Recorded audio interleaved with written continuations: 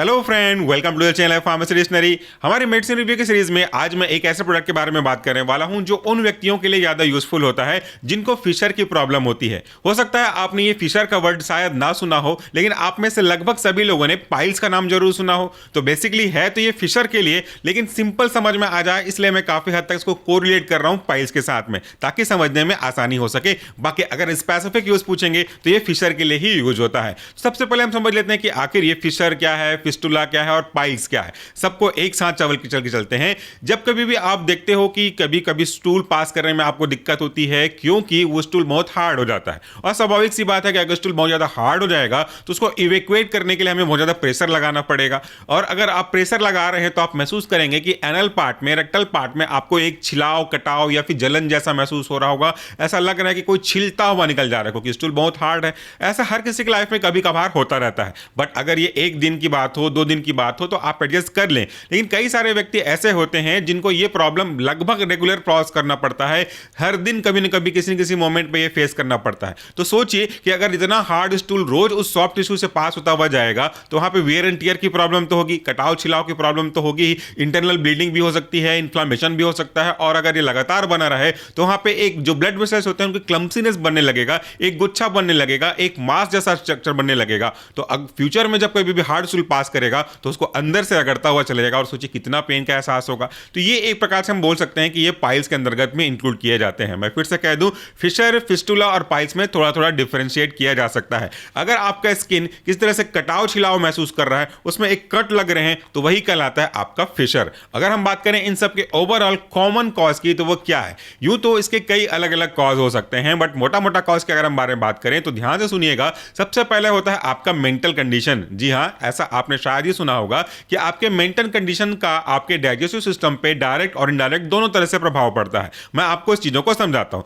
मान लेते हैं कि आप बहुत अच्छे हैं, कूल, काम, अपने लाइफ को एंजॉय कर रहे हैं, तो आपके बॉडी के जितने भी हार्मोन्स वगैरह हैं वो अपने ऑप्टिमम लेवल पे रन कर रहे होंगे। चाहे वो आपका स्ट्रेस हार्मोन हो, चाहे वो कोई दूसरा हार्मोन हो, हैप्पी हार्मोन हो, सब बराबर मात्रा में होंगे। और इससे आपका डाइजेशन और डाइजेशन के लिए रिस्पॉन्सिबल डाइजेस्टिव जूस प्रॉपर मात्रा में सिक्रेट हो रहा होगा, और आप अच्छे से इंजॉय कर रहे होंगे, तो अच्छे से खा पी भी रहे होंगे, सही चीजों को भी इंजॉय कर रहे होंगे, इसलिए आपका डाइट अच्छे से चलता है। लेकिन अगर आपके मन में कोई स्ट्रेस है, एंजाइटी है, तनाव है, आप किसी प्रॉब्लम को लेकर के बहुत चिंतित हैं, तो आपका स्ट्रेस लेवल बढ़ जाएगा। और आपका स्ट्रेस लेवल अगर बढ़ता है तो उसके पीछे एड्रेनलिन के इंक्रीज होना बहुत महत्वपूर्ण पार्ट प्ले करता है। और इसके साथ साथ आपके डाइजेस्टिव जूस का फ्लक्चुएशन भी देखने को मिलेगा। वाटर का आपके लार्ज इंटेस्टाइन से एब्जॉर्प्शन भी फर्क पड़ेगा, और इस केस में आपका स्टूल धीरे धीरे हार्ड होता हुआ चलेगा। एक ये स्ट्रेस का कारण हो गया। दूसरा, लाइफस्टाइल भी बहुत इंपॉर्टेंट रोल प्ले करता है। आपकी एक दिनचर्या होती है। देखिए, मैं आज सीधा प्रोडक्ट पे बात नहीं कर रहा, क्योंकि प्रोडक्ट पे बात करने से ज्यादा अच्छा है कि प्रॉब्लम को शुरू से समझ करके उसको रिजॉल्व कर देना। तो अगर आपकी लाइफस्टाइल गलत है, मतलब आप रात को 11-12 बजे खाना खाते हो, 1-2 बजे तक सोते हो और सुबह लेट से उठते हो,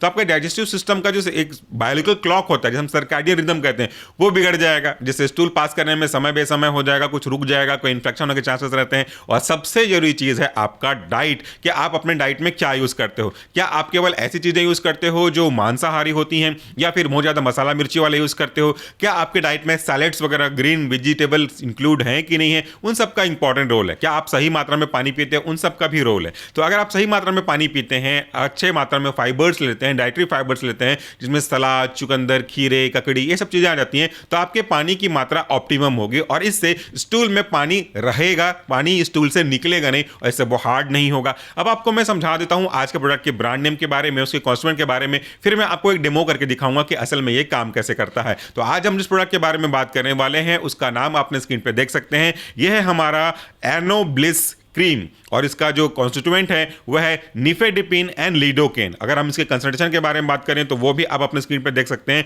निफेडिपिन इंडियन फार्माकोपिया के गाइडलाइन के अकॉर्डिंगली 0.3% वेट बाय वेट है। लीडोकेन इंडियन फार्माकोपिया के गाइडलाइन के अकॉर्डिंगली 1.5% वेट बाय वेट है। और इमिड्यूरा आईपी इंडियन फार्माकोपिया के अकॉर्डिंगली ये प्रिजर्वेटिव के रूप में यूज किया गया है। इसका जो कंसंट्रेशन है वो 0.2% वेट बाय वेट है, और बाकी जो एक्सिपेंट वगैरह है वो क्वांटिटी सप्लीमेंट इसमें यूज किया गया है। इस ट्यूब के साथ में आपको एक अप्लायर भी मिलेगा मिलेगा जैसे आप उसको लगा करके अच्छे से अप्लाई कर सकते हैं। तो आप इसके ड्रग के नाम, उसके कॉन्स्टिट्यूएंट के बारे में समझे। अब आपको मैं बताता हूं इसकी फिजियोलॉजी बेसिकली कैसी होती है। अगर आप ध्यान से देखें तो आपको मेरे हाथ में एक पाइप दिखाई दे रहा होगा। थोड़ी देर के लिए अगर हम एज्यूम करते हैं कि ये पाइप आपके डाइजेस्टिव सिस्टम को रिप्रेजेंट कर रहा है और ये आपके लास्ट वाला हिस्सा जो आपके इंटेस्टाइन का होता है वो इसको रिप्रेजेंट कर रहा है। तो देखिए कि अगर हम इसके अंदर कोई चीज भर देते हैं, तो मान लो यहाँ पे अंदर स्टूल भरा हुआ है। अब ये जो वॉल है यहाँ तो प्लास्टिक की है, इसमें कुछ आर पार जा नहीं सकता, लेकिन ये स्टमक के साथ में ऐसा नहीं होता, ये इंटेस्टाइन के साथ में ऐसा नहीं होता, ये बॉडी के दूसरे टिश्यू के साथ नहीं होता, वो परमिएबल इनफ होते हैं। तो अगर इसके अंदर स्टूल भरा हुआ है तो सराउंडिंग में वाटर होता है।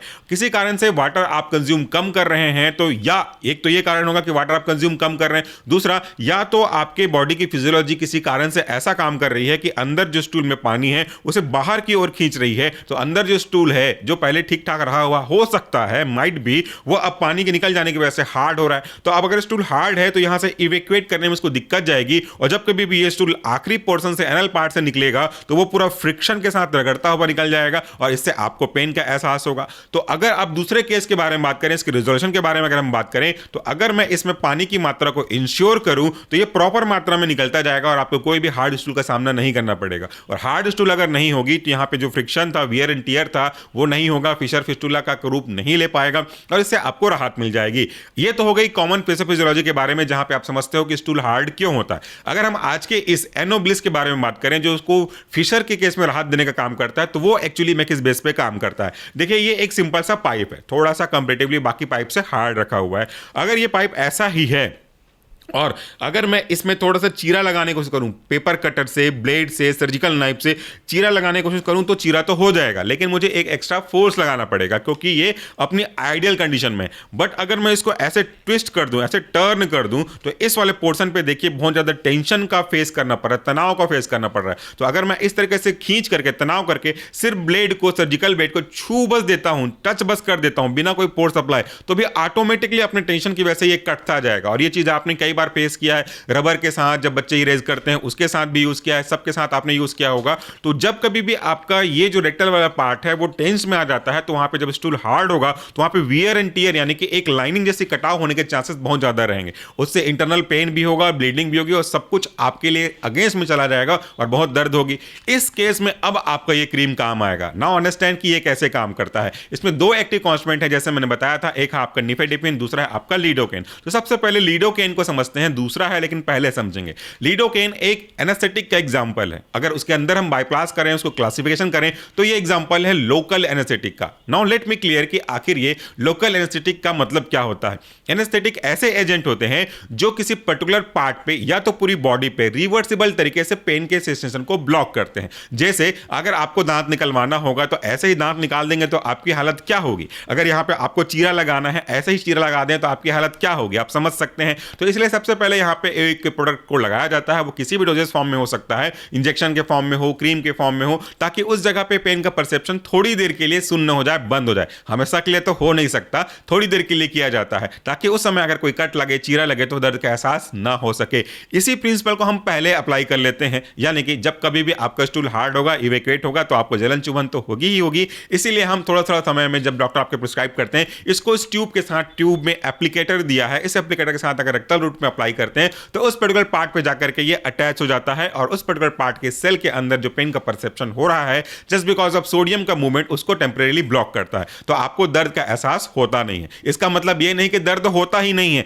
दर्द होता है बट दर्द का एहसास नहीं होता। आपको और अच्छे समझाना चाहता हूं कि अगर आप अपने हाथों से किसी बिजली के वायर को छुएंगे तो आपको करंट तो लगेगा ना, लेकिन अगर आपने हाथ में रबर का ग्लव्स पहन लिया और वायर को छू दिया तो करंट नहीं लगेगा। तो करंट नहीं लगेगा इसका मतलब ये तो नहीं कि करंट आ ही नहीं रहा है, करंट आ रहा है बट आपका परसेप्शन नहीं हो रहा है क्योंकि बीच में एक बैरियर का काम कर रहा है। यहां भी आपने लिडोकेन अगर लगा दिया है तो पेन का परसेप्शन बस नहीं हो रहा है, पेन तो एक्चुअली में हो रहा है बस परसेप्शन नहीं हो रहा है। तो इस तरीके से लगा देने से आपको टेम्परेरीली सिम्टोमेटिक राहत मिल रहा है। ये पाइल्स, ये फिशर ठीक नहीं हो रहा है लेकिन दर्द को हम कम कर रहे हैं ताकि असहनीय पीड़ा को थोड़ा सा आप सह सको। ये इस तरीके से काम करता है आपका लिडोकेन। दूसरा जो कॉन्स्टिट्यूएंट है यहाँ पे निफेडिपिन, ये एक कैल्शियम चैनल ब्लॉकर का एग्जांपल है। कैल्शियम चैनल ब्लॉकर को आपने एंटी हाइपरटेंसिव ड्रग की क्लास में भी पढ़ा हुआ होगा।